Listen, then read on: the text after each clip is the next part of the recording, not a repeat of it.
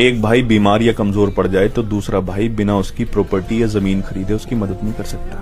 جس رب نے ایک بھائی کو دوسرے بھائی کا سہارا بنا کر بھیجا ہے وہی ایک دوسرے کی شکل نہ دیکھنے کی قسمیں کھا لیتے ہیں۔ اور میں نے تو ایسا بھی دیکھا ہے کہ ایک بھائی مر گیا پھر بھی دوسرا بھائی اس کا چہرہ دیکھنے نہیں آیا۔ ایک بھائی دوسرے بھائی کے لیے کیا ہوتا ہے ہمیں کربلا والے بتا کر گئے ہیں۔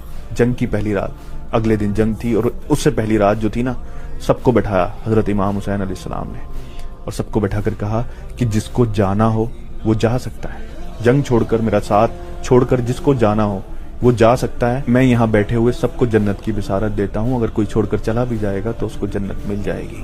اور پھر اتنا کہنے کے بعد جو چراغ وہاں جل رہا تھا وہ چراغ بجھا دیا تاکہ لوگوں کو وہاں سے اٹھنے میں، وہاں سے اٹھ کر جانے میں شرمندگی نہ ہو۔ تھوڑی دیر بعد کہا کہ عباس چراغ جلاؤ، پھر چراغ جلایا تو کوئی اٹھ کر نہیں گیا۔ پھر سے یہ بات دہرائی کہ جس کو جانا ہو جا سکتا ہے، جنت ملے گی اس کو، میں گواہ ہوں اس بات کا۔ پھر سے چراغ بجھا دیا۔ تھوڑی دیر بعد کہا کہ عباس چراغ جلاؤ، یہ 3 بار کیا، کوئی بھی وہاں سے نہیں گیا۔ یہ دیکھیے حضرت امام حسین کو اپنے بھائی حضرت عباس پر یہ بھروسہ تھا کہ سب جا سکتے ہیں، میرا بھائی عباس نہیں جا سکتا، اس لیے بار بار کہا کہ عباس چراغ جلاؤ۔ حضرت عباس جب شہید ہوئے نا کربلا کے میدان میں، دونوں بازو کٹے ہوئے تھے، پورا شریر چھلی ہوا تھا تیروں سے، دشمنوں نے اتنا چھلی کر دیا تھا۔ وہ جب زمین پر گرے تو اپنی بھتیجی کے لیے محبت، کس کے لیے پانی لینے گئے تھے؟ اپنی بھائی کی بیٹی کے لیے۔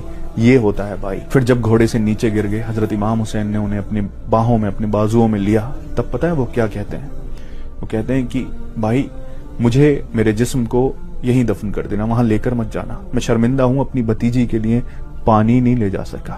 یہ تھا بھائی دوسری بھائی کی اولاد کے لیے۔ اور جب وہ شہید ہو گئے، حضرت امام حسین نے اپنے مبارک چہرے کو آسمان کی طرف اٹھا کر کہا یا رب میری کمر ٹوٹ گئی، یعنی میرا بھائی چلا گیا۔ یہ بتایا کہ ایک بھائی اگر بھائی کا ساتھ چھوڑ کر چلا جائے تو اس کی کمر ٹوٹ جاتی ہے۔ یہ سہارا بھائی کا ہوتا ہے، اور جو سہارا بھائی دے سکتا ہے دنیا میں کوئی اور دے ہی نہیں سکتا۔ لیکن افسوس اس دنیا نے، اس پاور کی ہوس نے، اس دولت نے بھائی کو بھائی کا ہی دشمن بنا دیا ہے۔ میری دعا ہے رب سے کہ کاش لوگ اس رشتے کی اہمیت کو سمجھیں، کیونکہ بھائی دولت، شہرت، مالیت سب سے بڑا ہوتا ہے۔